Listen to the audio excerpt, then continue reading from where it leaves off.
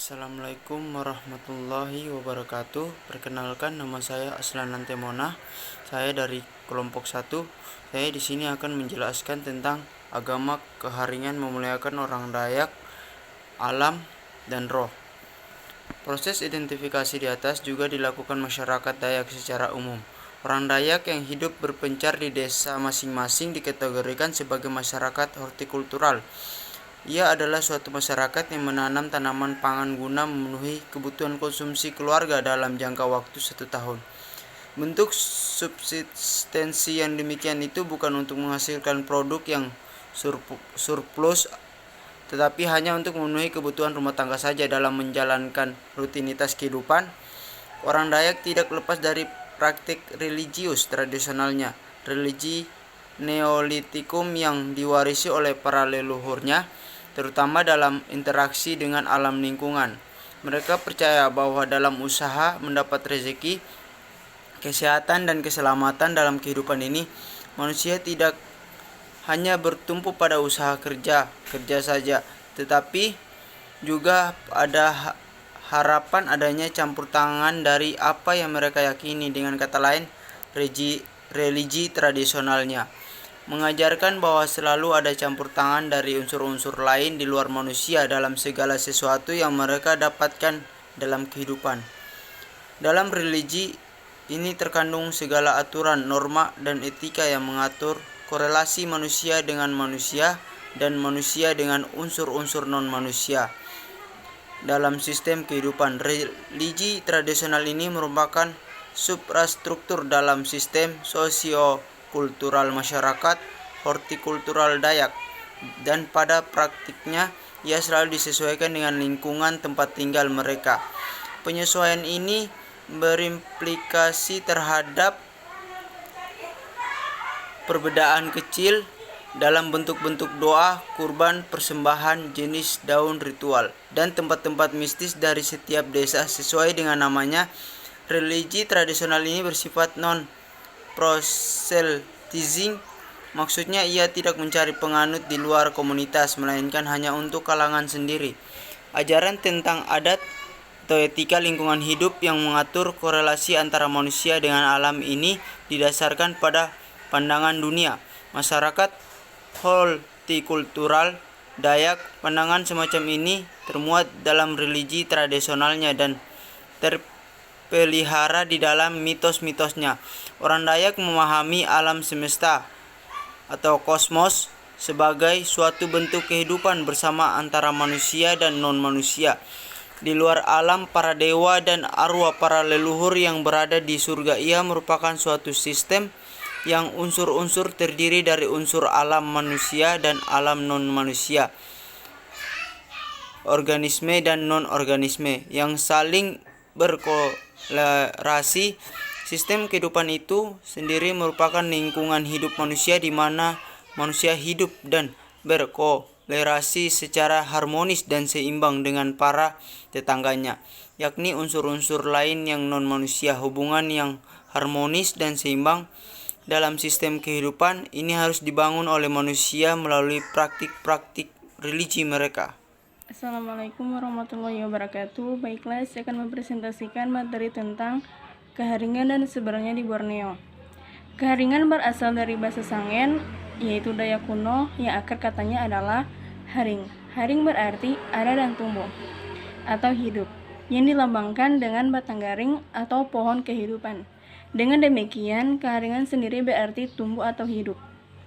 Lambang pohon batang garing ini memiliki makna filosofis, yakni pohon sebagai dunia atas dan guci sebagai dunia bawah. Keduanya merupakan dua dunia yang berbeda tetapi diikat oleh satu kesatuan yang saling berhubungan dan saling membutuhkan. Pada lambang buah batang garingnya terkandung makna adanya 3 kelompok besar manusia sebagai keturunan Maharaja Sangiang, Maharaja Sangen, dan Maharaja Banu. Sementara itu, buah batang garing yang menghadap arah atas dan bawah mengajarkan manusia untuk menghargai dua sisi yang berbeda secara seimbang. Dengan kata lain, manusia harus mampu menjaga keseimbangan antara dunia dan akhirat. Tempat bertumpu batang garing adalah batu Matunin dan Tarung, yaitu pulau tempat kediaman manusia pertama sebelum manusia diturunkan di bumi. Dengan demikian, orang-orang Dayak diingatkan bahwa dunia ini adalah tempat tinggal sementara bagi manusia, sebab tanah air manusia yang sebenarnya adalah di dunia atas, yaitu di Laut Tatu. Pada bagian puncak terhadap burung enggan dan matahari yang melambangkan bahwa asal-usul kehidupan ini adalah berasal dari atas. Burung enggan dan matahari merupakan lambang-lambang ranjing Mahatala langit yang merupakan sumber segala kehidupan. Jadi, inti lambang dari pohon kehidupan ini adalah keseimbangan atau kehormatan antara sesama manusia, manusia dengan alam dan manusia dengan Tuhan. Itulah presentasi tentang materi keharingan dan sebenarnya di Borneo. Sekian dan terima kasih. Saya akan menjelaskan tentang sekilas ajaran keharingan. Keharingan yaitu percaya pada satu Tuhan yang disebut dengan Ranjing Hatala atau Tuhan yang Maha Esa. Hari sucinya disebut Hintan dan tata kehidupan Dayak disebut Belum Bahadat, yang artinya hidup beradab, mentaati aturan, dan tata susila yang baik. Keharingan memiliki kitab suci yang disebut Panutaran, Talata Basara, Tawar, Pemberkatan Perkawinan, buku penyumpahan atau pengukuhan untuk acara pengambilan sumpah jabatan. Dalam melakukan ibadah rutin dilaksanakan setiap Kamis atau malam Jumat.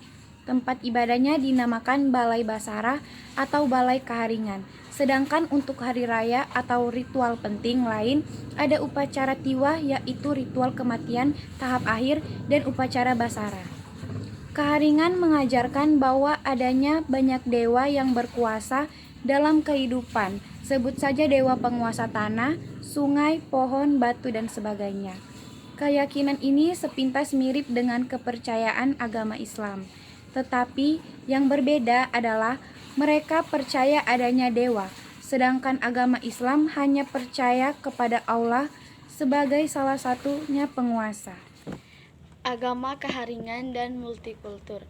Agama keharingan merupakan produk budaya manusia.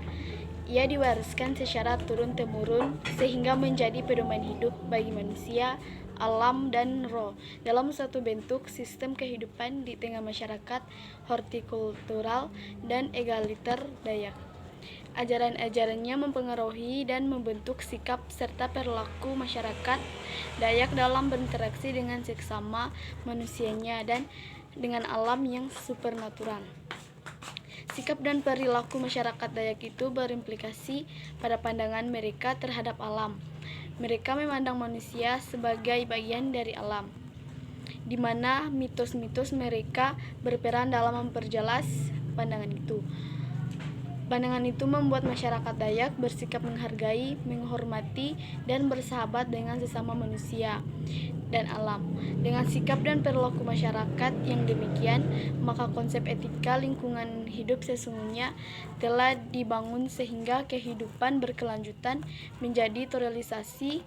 Dengan kata lain, agama keharingan memainkan peran penting dalam usaha mencegah kemerosotan kualitas moral hidup dan juga lingkungan hidup.